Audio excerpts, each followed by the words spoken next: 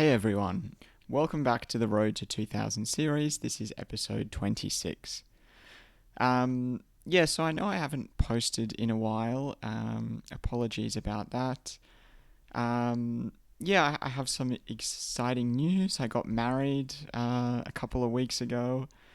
Um, and then also some not some exciting news, which is that I broke my collarbone. I don't know if you can see the sling there. About a week into my marriage. So I was playing touch football and I just sort of fell over someone and landed hard on my shoulder. So, been a bit of a busy month. But yeah, I've still been playing chess. And yeah, in this video, I thought I'd show the first of two games. We'll see if we can get through both of them, but probably just the first one. Two recent games that I played, both of which I won, and those games carried me to a new peak of 1954. So, yeah, I'm feeling pretty good about the chess. I feel like I'm getting close to that 2000 mark. Um, anyway, I know there's lots of ups and downs, so let's get into the game. The first one. So in the first game, I was black. My opponent played e4, and I played the Caro-Kann, which is c6, d4, and d5. Here my opponent played knight c3, sort of the main line, I think it's called. And yeah, against this sort of move, I'm sure I've talked about it on the channel. I just take the pawn on e4, and after knight takes, I play bishop f5. An alternative move here is knight g6. Knight f6. And after takes, that leads to other positions, but I've never played that, so I don't know it so well. I play bishop f5. The knight goes back to g3, attacking my bishop, and I drop my bishop back to g6. Here, a move I'm very used to is h4, just to threaten to trap my bishop. So, in sort of h4 induces h6, so to have a little getaway square for the bishop. And then after that sequence, white will often play bishop d3. Sort of forcing me to take if I don't want my bishop stuck here, kind of thing. But instead of that, my opponent plays knight f3. Which sort of gives me a chance to develop or play e6. I quite like playing knight d7 first, just stopping this knight from jumping into e5, because ideally I'd like to trade off this bishop for their bishop when it eventually comes, or if it eventually comes to d3. So I just play knight d7, stopping the knight from going there. And now my opponent plays bishop d3. And they haven't played this pawn push at all, which I guess I'm happy to see. Like, I think now if I wanted to, I could take the bishop without having to play h6. But I think it's better to do what I did, which is just to keep the tension. So I play e6, another common move in these setups. I could have also played knight g6, knight f6. But yeah, e6 is just to open up this bishop scope. And now my opponent takes on g6, which I think is not a good move for a couple of reasons. First of all, this option of taking to them is always on the cards. Like, they can always take this bishop at any point, because if I take them, they sort of get a free developing move with their queen. So, and my bishop can't really move anywhere. It can't sort of. it can't sort of move away from this tension in any way. Um, so I think it's a bad move, firstly, because they can do it at any time. Um, and why would they not do it at this time? Because they have plenty of other developing moves that are logical and good, like bishop f4, for example. But more importantly, I think it's a bad move because it allows me to open up my H file before I've decided to castle kingside.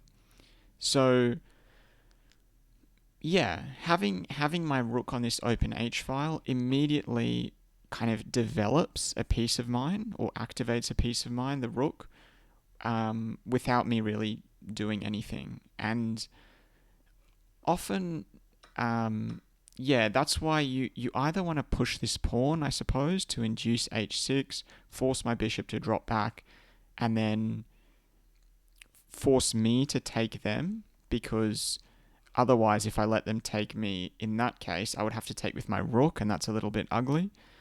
So, yeah, I think either to push this pawn down the board or wait until I've castled before taking, so that when I take back with the H pawn, I don't have this open file for the rook. Anyway, I don't know if the engine hates it, but I suppose just the way the game played out and my understanding of these positions, like there's no reason to take here, to allow my rook to become active like that. So, okay, so now they play c4, which I think is a decent move. Here I was considering like bishop d6, but then I was sort of thinking, they might play c5, which probably isn't a great move for them long term, just because it weakens this square so much. But I didn't really want to drop my bishop back to here, and then my queen has a tough time getting into the game via this diagonal, which is where I wanted it to be.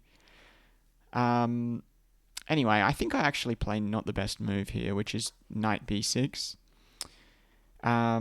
It attacks this pawn, and I don't know, maybe a little bit too much just hope chess. I kind of was hoping that they played c5. Even though I just said that when my bishop's here, I didn't really want to run into this move. With the knight here, it has a really nice way to get into d5, and my bishop can become active in other ways. I just didn't want to have my bishop stranded on c7 in that other line. I suppose maybe I could have taken the knight with that bishop if my bishop's on d6, but because they were forced to take that way. Not sure. But, okay, instead I play knight b6, but my opponent just plays queen b3, defending this pawn and activating the queen. So, yeah, that's why I think maybe knight b6 wasn't the best move, because also now I can't play bishop d6, running into this fork. Okay, so instead I play knight e7, sort of looking to get into f5 and put pressure here. If they trade that knight, I think I'm okay with that. Okay, they play bishop e3, but I think the bishop really belongs on this diagonal. Like, I think bishop f4 seems like a better move to me. Yeah, and if they're worried that I'm going to attack this pawn, they can always trade knights or bring the rook to d1. Okay, so I played knight f5, yep. The knight takes, and I take back with the g pawn. And now my opponent castles, and yeah, I'm really liking my rook. Yeah, I don't know. I to be honest, I don't think my position's that great. Like, I think I played some inaccurate moves here, maybe with knight b6 and spending 2 moves to trade off a knight. So I'm a little bit behind in development. But yeah, I feel like the bishop takes bishop move to open up my rook was also not a good move, as I talked about. So probably we've traded a couple of bad moves in a way. Okay, so now I play bishop e7. Again, I'd love it to be on this diagonal, but I didn't, I can't really do that yet because of c5. So I play bishop e7, rook d1, looks logical, activating the rook and getting it opposite my queen. Now I play queen c7, and I've really got my eye on that h2 pawn. My opponent plays h3, which I think is quite logical, blunting the impact of my rook. But now I sort of go for it, I suppose, but this was always sort of on my mind, to long castle. As soon as this rook opened up, I had an idea of long castle, and I just felt that opposite side castling, it's often a race to see who can attack first. I felt that my attack was coming faster, probably with g5, g4. Even if I have to sacrifice that pawn, I thought that is fine. I'm bringing the other rook to the g file, and I'm probably attacking faster. My opponent's key pawn breaks, I think, was this move, but for now I've got that, covered with knight takes, and also a4, a5, which I thought I can just respond by moving my knight somewhere. And if they ever get to a6, yes, it looks dangerous, but I can always play b6, something like that. And meanwhile, I'm going to be having moves attacking their side. Okay, so my opponent does play a4. I should say, I think the engine actually disagrees with me a bit. Yeah, it does. And I suppose obviously the engine knows best, but the engine quite likes White's position here. Plus 0.8, it's saying, with best play. But I think we're in these sort of attacking games. The engine, small advantages don't matter as much, I want to say. Hopefully that doesn't sound too blasphemous from a chess point of view, but there's going to be an attack brewing on both sides, so I felt that my play was a little bit easier, but who knows? Maybe this position is just better for White. Okay, so I played g5, and here I thought that I'm willing to sacrifice this pawn to open up the g file. For example, I thought that after takes, if White takes with the bishop, and then I play rook g8, I thought White's in a bit of trouble here because they don't have a good square to move the knight. If they move it back here, we can take the pawn, and then every other square is covered.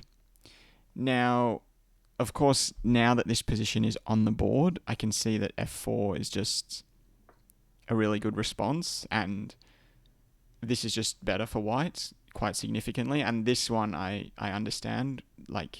This one I've got no qualms about with the engine. This just does look better for White. But I suppose back here when I was sacrificing the pawn, I didn't see that at the end of this line, f4 is just really good for White, really solidifying. This was a bit of an intuition move, to be honest. I probably didn't calculate it enough. I just thought this has to be good for me. And then similarly, I think if they take with the knight first, I thought that just opening up the G file is again pretty good. But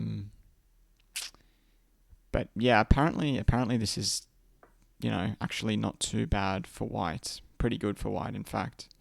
So yeah, little bit of a miscalculation for me with this g5 move. I think probably a good example where you have to actually calculate and not just go with your intuition. But in any case, my opponent didn't take the pawn, so they played a5 first, attacking my knight. I dropped my knight back, and then they play this move d5. Yeah, which is a nice idea. I mean, this was their key break, I thought, but I somehow just didn't believe this. Like, I played g4, and yeah, I mean, dislodging this knight from the defense of h2 is huge for me, even if I have to give up, a couple of pawns or whatever it might be. Yeah, so in this position, my opponent took, which is like a big blunder. Apparently, they could have still survived with knight g5. But after takes, yeah, my opponent's in quite a lot of trouble here. Yeah, so I wonder if maybe they can take here. If takes, we just take back like this. And yeah, they're losing a knight if they don't, and maybe even more because this is checkmate without the knight. So the knight cannot move. Yeah, probably have to calculate some of the details a bit more, but in essence, this is +3, +4 for black. So after takes, my opponent pushed the pawn, which isn't much better. This move confused me a bit. I think what they thought was that if my bishop is in front of my queen, it eliminates the threat of checkmate on h2. But as we'll see, that's not really the case. So after I take with the bishop, my opponent takes the pawn on a7, giving up the knight. And okay, now maybe they just thought there's nothing here anymore. Like, it looks dangerous, but there's nothing concretely mating. And they played bishop b6, attacking my queen, and then if I move my queen, they win my rook. So, yeah, I suppose, that sacrifice of the pawn and I guess the knight was to pick up material at the end. But, yeah, if you'd like to pause the video, maybe it's obvious, maybe it's not. See if you can figure out what white missed with this move, and even with probably the sacrifice. Yeah, have a go. Have a go at that one.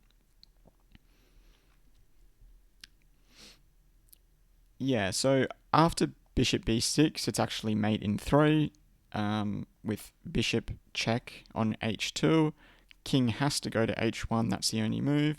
And then bishop g1 with a discovered check. King has to go back, and then queen h2 checkmate.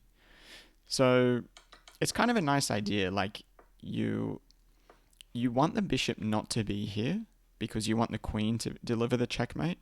So is there a way to move this bishop forcefully out of the way? Is how I think about it. And yes, there is. You can play check. Only move is king h1. Check, discovered check. And that's cleared the bishop out of the way, those two moves. Sorry, that one. So, and then checkmate. Okay. So, that was the first game, getting me to 1945. I mean, it's probably going to be too long if I run through the whole second game, but basically, I had another game which felt a little bit odd, if I'm honest, where I had the white pieces. Maybe I'll run through it very quickly.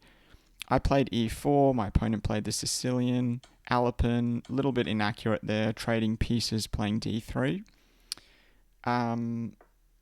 Okay, e5, castles, bishop e7, and I tried to get my knight to e3, trying to play into f5. I'm going through this very quickly because I just want to get to some of the key moments. My opponent chased my knight, not realizing that these were not the squares I wanted the knight on anyway. Queen b8 I think is a really bad move. I play knight f5, attacking the bishop and attacking the pawn. My opponent had to play bishop f8, as ugly as it looks. They don't, so I win the pawn with check, keeping the king in the center of the board, and then eventually just open up the position with d4, with the king in the middle. Lots of trades occur, and basically I get my queen into d5, and yeah, it's sort of all over from here. After queen d8, knight d6 was very strong. Queen check on c6 was also strong. And then I play rook d1, and yeah, after the queen moves somewhere, there or there, I can take this bishop for free. So the queen can't maintain defense of this bishop, and my opponent resigned. So yeah, to be honest, both of those games felt a little bit easy, if I'm honest. I didn't feel like I calculated that much at all.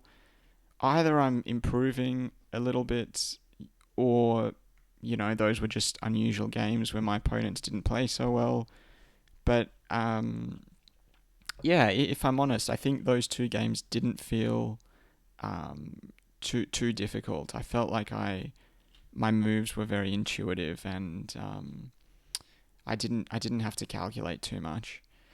So yeah. Anyway, I might leave the video there. Those were the two games I played. I'm sitting at 1954. Let's see, can we keep the momentum going, or is there going to be a turn? Normally when things are too easy, that's when you go back down again. So anyway, thank you everyone for watching, and I'll see you all next time.